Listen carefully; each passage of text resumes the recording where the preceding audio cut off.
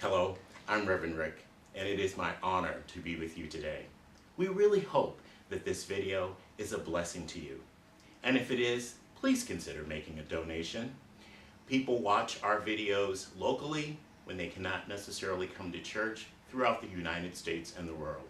So please join us and click the link below and make a donation. Thank you, and let this be a blessing to you.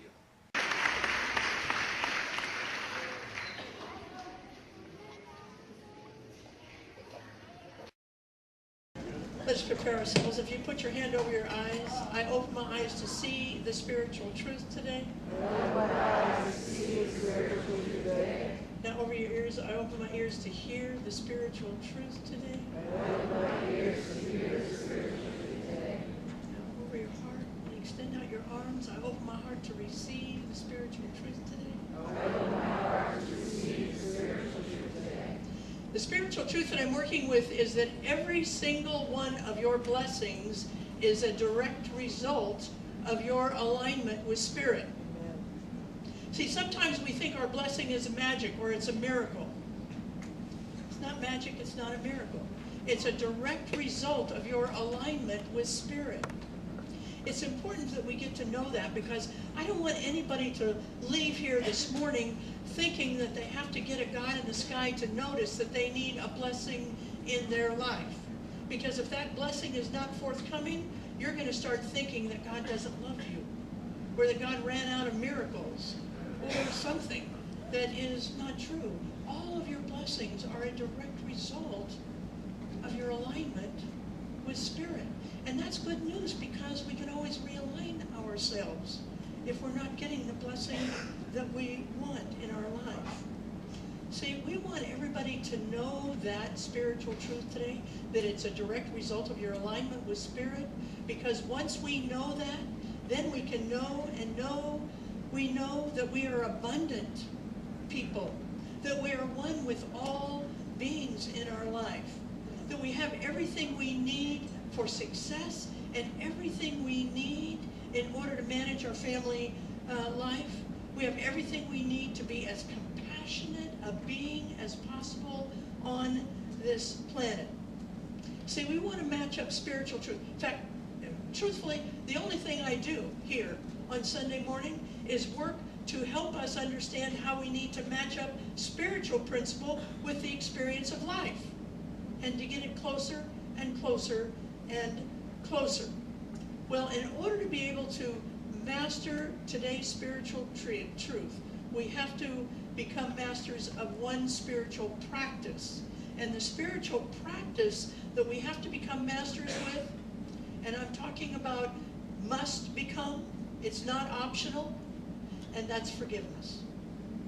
We have to be able to master forgiveness. It's a must do. See, and sometimes in New Thought communities, we really don't want to hear about must-dos. We don't want anybody telling us how to think. You are not the boss of me. I can just think whatever I want to think. And the truth is, you can think whatever you want to think. Unless, of course, you want to be an abundant being. Catherine Ponder says, there is no good thing withheld from a forgiving state of mind. You don't have to master forgiveness unless, of course, you want harmony in your families. The great Buddha says we are cosmically tied to that which we hate. And you know, I see people in my office sometimes who are cosmically tied to family members that they've had a fight with 10 years ago, and they aren't willing to forgive. And what happens when that happens is that you're cosmically tied to that situation. You don't have to master forgiveness unless, of course, you want to heal from something. And if you want to heal from something, you have to be able to learn how to forgive. Carolyn Mace, who wrote the book, Why Victims Never Heal and How They Can, says this: when we are at odds with somebody that we are refusing to heal, we have given them their power, our power. And that is power we need to take back in order to be able to heal. whatever it is that's going on in our life, both physically, emotionally, spiritually, and in every other way in our life. Jesus, the Christ, taught his disciples one prayer, just one prayer. And in that prayer, he says, forgive us our trespasses. In the one prayer that he was willing to teach. Forgiveness is a must-do. It's not optional. See, if you've been coming here for a while, you've heard me and other practitioners and ministers say that everybody is working with the very best consciousness they have at any given moment. And we actually like that when it applies to ourselves. We're quite happy with that. Oh, you know, that was a really dumb mistake, but I was working with the very best consciousness I had. We're not so happy when we're applying it to other people. But here's the thing.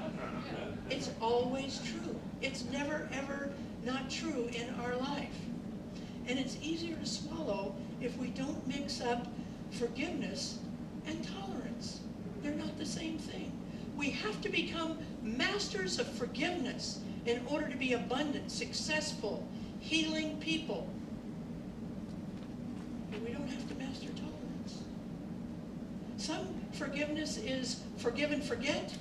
Some forgiveness is, some trespasses are forgive and never forget in our life. You know, racism is a mistake. To be forgiven, but not to be tolerated. Homophobia is a mistake. To be forgiven, but never to be tolerated. Ageism is a mistake. To be forgiven, but never to be tolerated. Misogyny is a mistake. To be forgiven, but never to be tolerated. Sizeism is a mistake. To be forgiven, but never to be tolerated in our life. See, there's no spiritual point in letting somebody step on your neck. There is no spiritual benefit to that.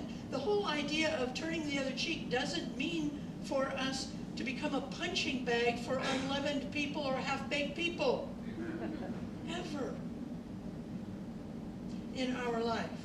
It means turning away from the problem, turning away from the fight into the solution. Into the solution. And forgiveness is part of the solution. It means turn away. Two kinds of forgiveness we can have. We can use, and both are effective, although one will catapult you into a new bliss.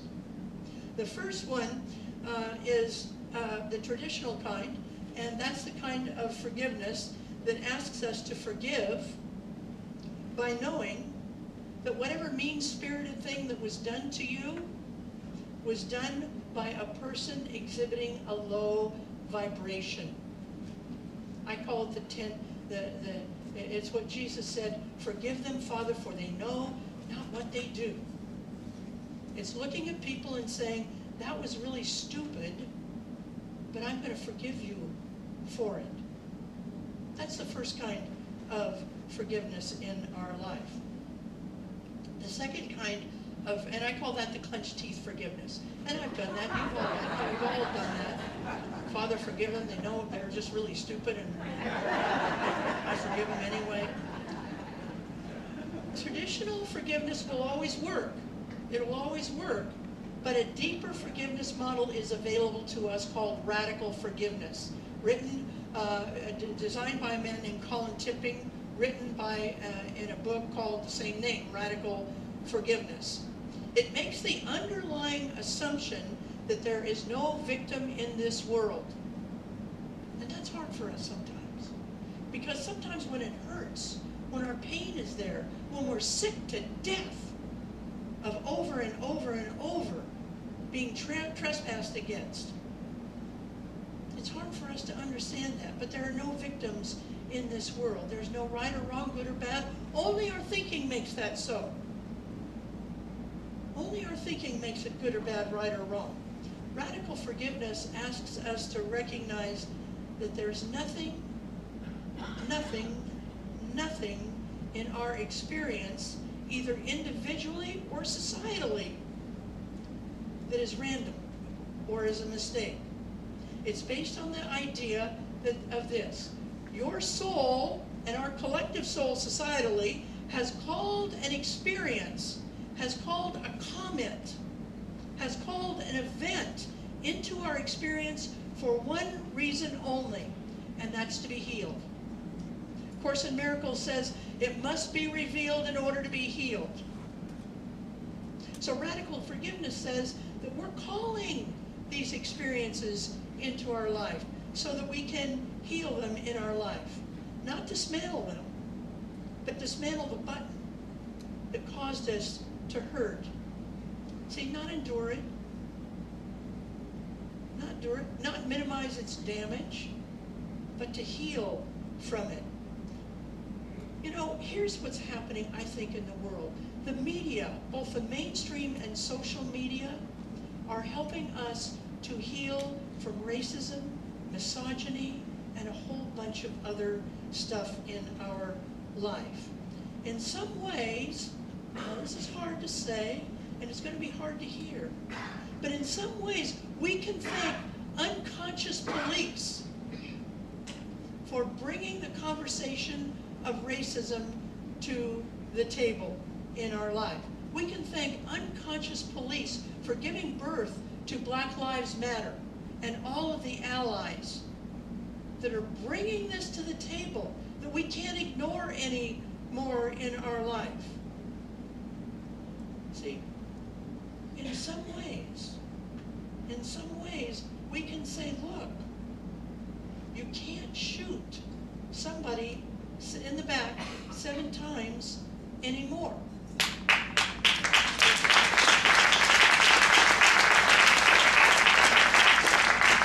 You don't need this white lady to stand up and say that this is a new thing.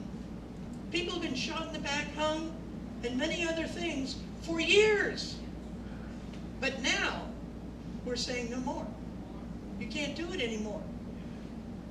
See, we can thank President Trump, Brett Kavanaugh, and 11 white old men in the judiciary community for bringing the conversation of the We Too movement up for even greater conversation. As much as it doesn't feel like it, there's a healing going on. There's a healing going on right now in our lives. Have we arrived yet? No, not at all. But I believe the healing is accelerated. Unconscious folks do us a favor, and our soul is calling them into our experience. You know, in the Talmud, it is written that for every blade of grass, there is an angel sitting over it saying, grow, grow. I think that's what's happening now. I think both individually and societally, the angel is standing over us saying, grow up into the spiritual truth of oneness that is available to all of us all of the times. See, I felt victimized by homophobia in my life. People have said mean things to me, done mean things to me. And traditional forgiveness asks me to have compassion for their stupidity. Radical forgiveness asks me to thank them. Radical forgiveness asks me to thank them because there's some part of me that doesn't feel okay with me as a lesbian. And once I feel okay with me as a lesbian, do you know what? Those people went away. They took their healing properties to somebody else.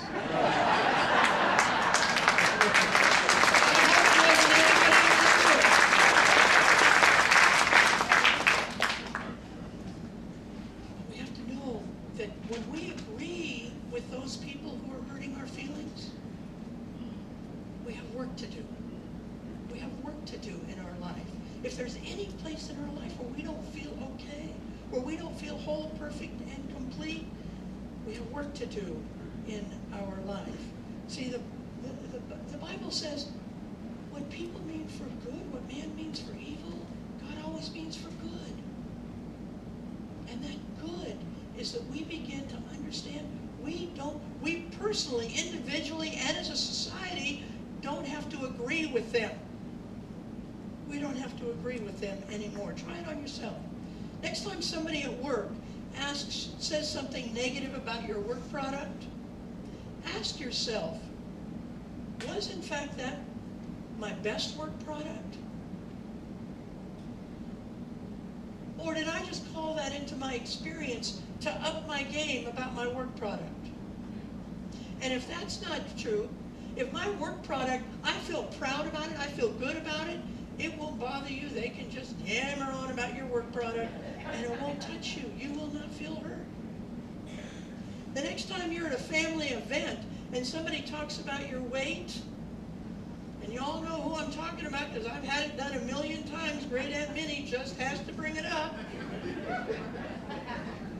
It was when I agreed with Great Aunt Minnie that I wasn't okay at the weight I was that it hurt my feelings. Once I stopped agreeing with her, Aunt Minnie just passed the potatoes in. Bring on the pie, whatever. Bring it on. I'm not going with you anymore. See, often we teach here don't take things personally. But in this case, I want you to take it personally.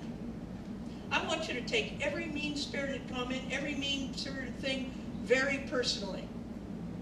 Because if it hurts your feelings, there's some part of you that agrees with them. And that's the work. It's inside work. It's not on staying away from that person. You can bring all your Facebook people that you canceled off, and I've done a few.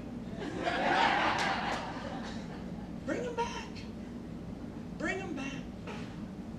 Because once they keep going on and on and on about whatever political person, I won't mention any names, but you'll just know that your soul called it in. And once you feel okay about who you are, you're going to love them. You're going to give them blessings. You're going to thank them for upping the healing that's going on in this society. Here's the key to radical forgiveness, for healing wounds that are keeping you from a closer walk with God. Are you willing to develop a willingness to open up the idea that nothing needs to be forgiven? That nothing needs to be forgiven? And when you're willing to do that, you've just duplicated the nature of spirit. Because God does not forgive. Forgiveness is a human spiritual practice to get to oneness. It's not a spiritual principle. Because God doesn't forgive. God knows that every single mistake we've ever made, the easy ones and the hard ones, were done because we were working with the very best consciousness that we had at that moment. Will there be consequences? Absolutely. But they won't be consequences from the universal intelligence called God. Sometimes, I've made mistakes and I feel like God has sent me a lesson. Look, the universe will send you a lesson. There's not a God in the sky that's going to send you a lesson. But for every time we act outside of alignment with spirit, there will be a correction. Now we can get mad at ourselves. We can get mad at God. But when your tires get out of alignment, what happens? You take them to a shop and you get them aligned. You don't get mad at your tires.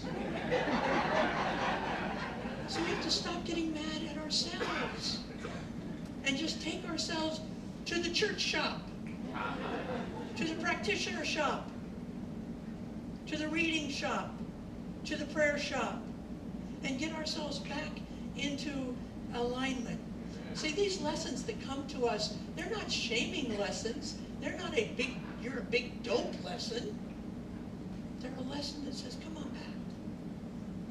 Come on back to spiritual principle. I love you. Come on back. Where you'll be happier. Where you'll be more successful. See, when we do that, forgiveness will help us have a less bumpy ride on the planet. And it's really not as hard as we make it out to be. Forgiveness is not about anybody else. Say that with me. Forgiveness is about anybody else. Let's say it again. Forgiveness is about anybody else. It's only about ourselves. Because when we clear away that junk that's in our heart, That's when God can really bring the blessings to us in an even greater way. Not a God in the sky, but a universal energy and presence that's wanting to. God loves you. You are just the child God wanted. Hope to have. Not a God in the sky, but a universal energy of love that is available to us all the time. Ask yourself this also. Can I look at this lesson that I'm receiving now as something that I can get something out of, that is something that is asking for my healing? And if you authentically ask that, every time you have hurt feelings, every time somebody says something to you that's mean or unnecessary, can you ask yourself, is there some part of me that is being called to stand greater, to learn from this in my life? And I promise you, if you ask that question and you step back and you're still for a minute, you'll always have an answer. There is always an answer every single time. And that answer is not about leaving them or ignoring them or throwing bricks at them or shouting at them. It's always about looking inside of ourselves. And if you can't find the answer, practitioners, please stand. These people will help you find the answer. Look at how many people we have here who will help us find the answer. I don't know why I keep calling this into my life. I don't understand it. I must be learning something. They'll help you find out what that is. They'll help you find out what that is. So let's begin the holiday season with a clean slate. Let's go to those family dinners. Let's go to those events with a clean heart, with a forgiving heart, with the understanding that whatever anybody brings to us, all we say is thank you. Boy, I didn't know that, but thank you. I didn't know I agreed with that. Thank you. The healing is starting.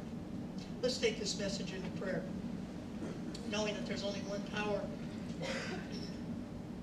It's just the power of love. It's that power that says, thank you. Thank you, thank you, thank you.